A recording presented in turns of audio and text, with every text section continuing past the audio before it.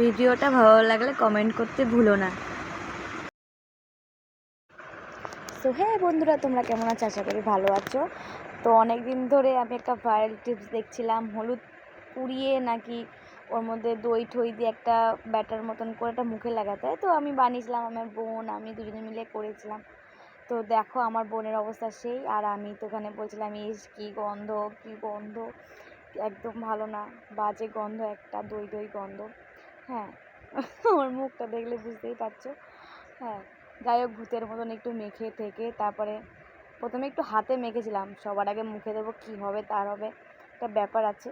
তা ভাবলাম সবাই যখন মেখে ফর্সা হচ্ছে আমরাও একটু ফর্সা হই, ফর্সা কে না হতে চায় বন্ধুরা বলো।